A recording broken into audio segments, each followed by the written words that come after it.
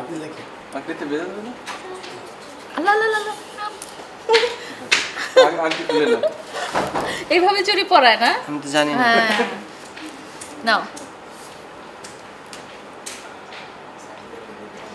So আচ্ছা যাই হোক ইমনের বউ অনেক লাকি হবে কারণ সে অলরেডি চুরি পড়ানো শিখে গেল না আজকে করছে খোপা করা আছে একটু দিয়ে দাও ইমন ভাই তোমার অনেক বড় ফ্যান বগুড়াতে আসো ঘুরে যাও আপুকে নিয়ে তুমি কি আমাকে বগুড়াতে নিয়ে যাবা বগুড়াতে আচ্ছা ইনশাআল্লাহ ওয়ান ডে সো নাবিলের গিফটগুলো খোলা হলেই আমরা আমাদের একটা ভাইয়া আমাদেরকে ফোন করবে তো দেখো অনেক কিউট কিউট জিনিস আমি পরে আবার তোমার এই কি জানে চয়েস তো ব্লু কালার তাই না ব্লু কালার না আমার পছন্দের রং কি ব্লু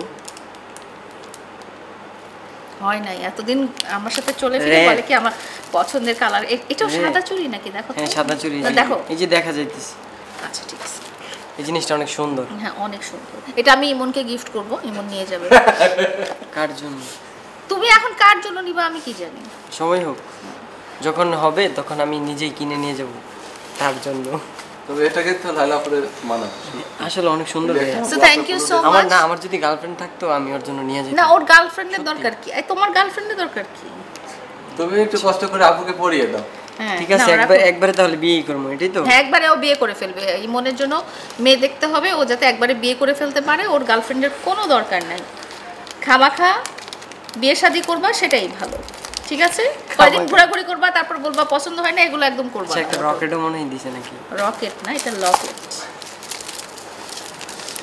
এটা সুন্দর এটা ওর ফেভারিট কালার ইমনের ফেভারিট কালার হচ্ছে ব্ল্যাক এন্ড হোয়াইট यस দেখছো আমি জানি আর তুমি আমার ফেভারিট কালার জানো সারা জীবন বলেছি blue colour choice blue colour এখন পল্টি মেরে দিছে আমার আমি কোনোদিনও বলি নাই আমার পছন্দের রং ব্লু সিরিয়াসলি আমি জীবনে কোনোদিন বলিনি what is this kilo kilo মানে কি অবস্থা ইমন মাইমিন সিং এই ইমন তুমি তোমার দেশি ভাষায় কথা বলো না কিটা কইতাম না ও হচ্ছে ব্রাহ্মণবাড়িয়া কুমিল্লার পাশাপাশি তো হ্যাঁ ব্রাহ্মণবাড়িয়া কুমিল্লা একসাথেই হ্যাঁ ব্রাহ্মণবাড়িয়া আর আপু ইমন ভাই তোমাদের না এটা ওই ব্রাহ্মণবাড়িয়া ভাষায় কথা বলো বলো লাইলা আপু আমি ভিডিও বানানোর জন্য আসতে চাই এটা তুমি বলো লাইলাফা আমি ভিডিও বানানোর লাগি আইতাম চাই হ্যাঁ তারপরটা এই ভাষায় বলো যাইতাম চাই আইতাম চাই ইডি খাইতাম চাই বলি I love you Emon I love you Emon হ্যাঁ আই লাভ ইউ টু হ্যাঁ হ্যাঁ কেমন আছো ইমন আলহামদুলিল্লাহ ভালো তোমরা কেমন আছো ইমন হ্যাঁ পোলাটারে মন চায় থাপ্পড় লাগাই আসলে পোলাটারে থাপ্পড় লাগানোর জন্য মন চায় আচ্ছা আমি কি এইখানেও লাইভের ভিতরে বলতে পারবো না কোনো কথা পাইছি তোমার আজকে লাইভে এই যে পাইছে তোমার আজকে লাইভে লাইলার ফেভারিট কালার ওই মেয়েটাও জানে ইভেন ওই আপুটাও জানে মেয়েটা কি বলছে আপুটাও জানে আর ইমন জানে না আর ইমন জানে না শিট হ্যাংরি কি দিবা কিছু না আচ্ছা ইমনকে পাঞ্জাবিতে অনেক সুন্দর লাগতেছে ইমনকে আমি আজকে সেকেন্ড টাইম পাঞ্জাবিতে দেখলাম he is looking good beautiful handsome ইমনের মধ্যে যে জিনিসটা আছে ইমন খুব ম্যানলি ইমন কিন্তু মানে কিছু কিছু দেখবেন নায়ক আছে বা মানুষ আছে যারা মেকআপ টেকআপ লাগায় ঠোঁটে গোলাপি কালারের গ্লস লাগায় না মেয়ে হয় না ছেলে হয় বাট ইমন ইজ ম্যানলি হ্যাঁ তো না তুমি নায়ক হইতে পারবা সেটা বলতেছি আর কি মানে নায়ক হতে তো ছেলে হওয়া লাগে ইমনকে কিউট লাগছে ইমনকে কিউট লাগছে লাইলা তোমাকেও হ্যাঁ থ্যাংক ইউ সো মাচ লাইলা আপা এখন এই ব্যাটারে ধরছেন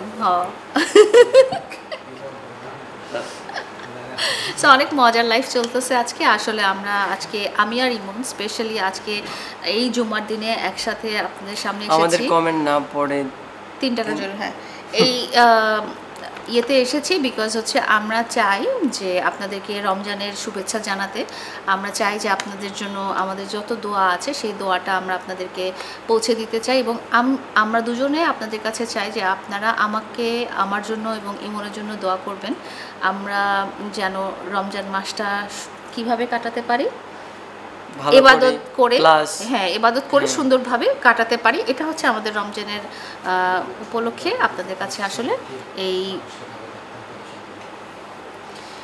এটাই চাওয়া আর কি ইমন তোমার কি হয়? ইমন আমার ছোট ভাই হয় এবং ভার্চুয়াল প্ল্যাটফর্মে ইমন আমার কোলাবোরেশন পার্টনার এবং সে একজন নিজেও কন্টেন্ট ক্রিয়েটার। তার অনেক বড় একটা ইনস্টাগ্রাম আইডি আছে, ফেসবুক আইডি আছে এবং অন্যান্য সব লাইফি আইডিও তো আছে তোমার, না? লাইক আইডি অনেক আগে ছেড়ে দিছি, অনেক আগে ছেড়ে দিয়েছে। যখন ইউজ করতাম তখনই ছেড়ে দিছি। আপনার মামুন কোথায়? সে বলে আপনাকে ছাড়া মেলা জ্বালায় আছে। আমি আসলে ওনার ব্যাপারে কোনো কথা বলতে ইন্টারেস্টেড না।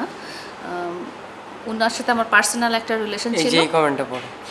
ইমন ভাই, তোমার অনেক ফেক আইডি, অরিজিনাল আইডি বলো ভাই। আমি হ্যাঁ, ইমন আসলে কিন্তু চুপারোস্তম, মানে ওর ইনস্টাগ্রামে আমার একটা ভাইয়া ফোন করেছে, নিশাদ ভাইয়া। তো আমরা নিশাদ ভাইয়াকে কানেক্ট করে নেই। হ্যাঁ, এখনই আসসালামু আলাইকুম ভাইয়া, কেমন আছেন আপনি? আলহামদুলিল্লাহ। আমরা লাইভে আছি, তো আপনিও আমাদের সাথে লাইভে যুক্ত হয়ে নেন। আপনি কি ভালো আছেন? জি আলহামদুলিল্লাহ। তোমরা লাইভে আছো? হ্যাঁ, ভালো। তো আপনি কেমন আছেন? খাওয়া দাওয়া করেছেন কিনা এটা জানতে চাচ্ছি। আর আমার সাথে যে আমাদের সাংবাদিক ভাইয়ারা আছেন, ওনারাও আপনাকে হ্যালো বলতে চাচ্ছেন। আপনিও ওনাদের সাথে কিছুক্ষণ গল্প করেন, কুশল বিনিময় করেন। হ্যাঁ, এটা হচ্ছে নিশাদ ভাইয়া। নিশাদ ভাইয়া হচ্ছে ওয়ালাইকুম আসসালাম ভাই, কেমন আছেন? জি আলহামদুলিল্লাহ, আলহামদুলিল্লাহ। ফ্যান অফ করতে। নিশাদ ভাইয়া হচ্ছে আমার এবং প্রিন্স মামুনের খুব কাছের একজন ভাই এবং প্রিন্স মামুনের মাধ্যমেই আসলে ওনার সাথে আমার পরিচয়। এবং নিশাদ ভাইয়ার সাথে আমার প্রথম দেখা ভাইয়া 2022-এ মামুনের জন্মদিনে মামুন যে আমাকে মেরে নাক টাক ফাটিয়ে দিয়েছিল, সেটাই মনে হয় প্রথম দেখা, না ভাইয়া?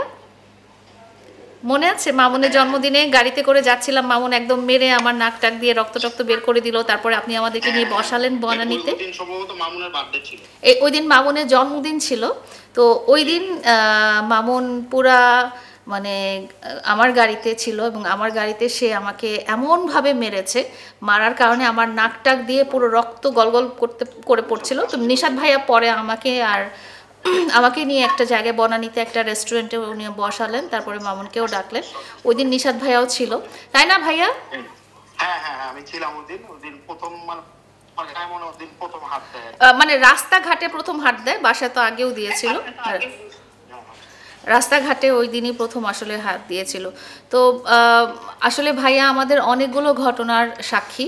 ভাইয়া জানেন যে মামুনের সাথে আমার কী ধরনের সম্পর্ক এবং মামুন যে আমাদের বাসায় ছিল সেটাও উনি জানেন। এবং পরবর্তীতে যে বড় বড় একটা মারামারির ঘটনা হয়েছিল, সেই ঘটনার একদম মানে খুবই উইকনেস হচ্ছে ভাইয়া। ভাইয়া, আপনার কি মনে আছে ওই দিনের ঘটনাটা, যে ওই দিন মামুন আমাকে মেরে টেরে গাড়ি নিয়ে চলে গেল? যে প্রথম মারামারিটা তো আপনি দেখেছেনই। প্রথম মারামারিটাতে তো আপনি আমাদেরকে নিয়ে বসালেন, যখন আমার নাক টাক ফেটে নাক দিয়ে রক্ত টক্ত পড়ছিল। লাস্ট ঘটনাটাও তো আপনার মনে আছে নাকি? হ্যাঁ, লাস্ট ঘটনাটা হলো যে তুমি আমাকে খুব মানে হয়ে ফোন দিচ্ছিলে যে ভাই আমাকে মারলো এইভাবে করে।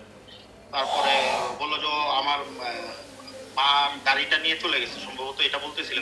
হ্যাঁ, আমার আম্মুর গাড়িটা নিয়ে সে আমার বাসা থেকে চলে গেছিল। হ্যাঁ হ্যাঁ হ্যাঁ, বলতেছিলে। তখন যে আমি বললাম, তুমি মনে হয় লোকেশনটা দেখতেছিলা যে ও বিশ্ব রোডের দিকে যাচ্ছে বা হয়তো কোনো গ্যাস পাম্প থেকে গ্যাস নিচ্ছে, এরকম কিছু। হ্যাঁ, গাড়ির লোকেশন আমি দেখছিলাম ওখানে। হ্যাঁ হ্যাঁ, ও বাড়িতে চলে যাবে, যেহেতু ঢাকা শহরে থাকার কোথাও জায়গা নেই। তখন ওইখান থেকে আমি তোমার গাড়িটার জন্য আমি ওর মামুনকে ফোন দিয়ে আমার কাছে আনি এনে মনে সম্ভবত গাড়ি নিয়ে আমি তোমার কাছে গিয়েছিলাম, মামুন সহ। গাড়িটা রেখে দিয়েছিলেন? হ্যাঁ হ্যাঁ, গাড়ি তোমার গ্যারেজে আমি নিয়ে ঢুকিয়ে দিয়েছিলাম এবং মামুন সহ তোমার বাসায় আমি যাই, মামুনকে দিয়ে যাই। তোমার মারামারির পরে তো মামুনকে আমি নিয়ে গেলাম। হ্যাঁ, মারামারির পরে প্রথমেই কিন্তু মামুনকে আপনি আমার কাছে নিয়ে এসেছিলেন। হ্যাঁ হ্যাঁ হ্যাঁ। তারপরে কি হলো ভাইয়া? হ্যাঁ সরি, তারপরে ঘটনাটাও বলেন। সবাই আসলে জানতে চায়, সবাই জিজ্ঞেস করে, তো সবাই আসলে জানতে চায় যে তাহলে আপনি আমার জিজ্ঞেস করুক, আমি বলছি। পরে তো দিয়ে গাড়ি দিয়ে আসলাম, দিয়ে আসার পরে তো ওর তো থাকার মানে ঢাকায় তো কোথাও ইয়ে নেই, তারপর আমি তো আমার বাসায় নিয়ে আসলাম। না, ও ও এখন যেটা বলে যে আমরা আসলে একসাথে ছিলাম না, আমরা একই বাসায় ছিলাম না, ওর ওর বাসায় থাকতো, আমি আমার বাসায় থাকতাম, এই কথাটা ইম্পসিবল, কোয়াইট ইম্পসিবল, একসাথে তো থাকতাম। দেন ডিওএইচএস তো প্রবলেম হলো, একসাথে থাকা নিয়ে প্রবলেম হলো, আমি গাড়িতে বসেছিলাম ওই দিন। হ্যাঁ, এখন তারপরে আপনি ওকে আপনার বাসায় নিয়ে যে রাখলেন সেটাও জানান আপনি। হ্যাঁ, আমার বাসায় মারামারি পড়তো, আমার বাসায় প্রায় এক সপ্তাহ মানে লেলার সাথে ঠিক হওয়া পর্যন্ত আমার বাসায় ছিল, আমি ঠিক করে দিয়েছি। আমার বার্থডের দিন স্যান্ডি ছিল, স্যান্ডি আসছিল, ইমরান ছিল আমার বাসায় বার্থডের মধ্যে, তুমি আমাকে উইশ করতে আসলাম, মামুন আমার বাসায় তো ছিল, তখন তখন আমরা ইয়ে করে দিলাম আর কি। আর আপনি যে ভাইয়া, আপনিও তো আসলে কিন্তু স্যান্ডি সাহা আমাদেরকে মিলিয়ে দেয়নি জিনিসটা, আপনি আমাকে অনেকবার কনভিন্স করেছিলেন, এবং আপনি কিন্তু আমি জানার আগে আপনি জানতে পেরেছিলেন যে ওর নামে একটা মামলা হয়েছে, আমি কিন্তু তখনও জানতাম না যে ওর নামে একটা মামলা হয়েছে। এটা জানার কারণ হচ্ছে তোমাকে মারার পরের দিন না তারপরের দিন সম্ভবত রাতের বেলা 300 ফিট থেকে ওকে নিয়ে আমি আসতেছিলাম, তখন ওকে চেকপোস্টে পুলিশ ধরে, দুইটা ওকে চিনে ফেলে, বলতেছে যে মামুন ওনার নামে তো সম্ভবত মামলা এন্ট্রি হয়েছে কি হবে, তো যে কোনো সামহাও ওইখান থেকে আমি ওকে সেভ করে নিয়ে আমার কাছে চলে আসি, বাসায় চলে আসি। হ্যাঁ, তখন আমি জানতে পারি যে মামুনের নামে মামলা হয়েছে, আর হইলো যে বাসায় নিয়ে তো আর পুলিশ ওকে অ্যারেস্ট করে না সম্ভবত, তখন মামলা এন্ট্রি হয়নি এই জন্য।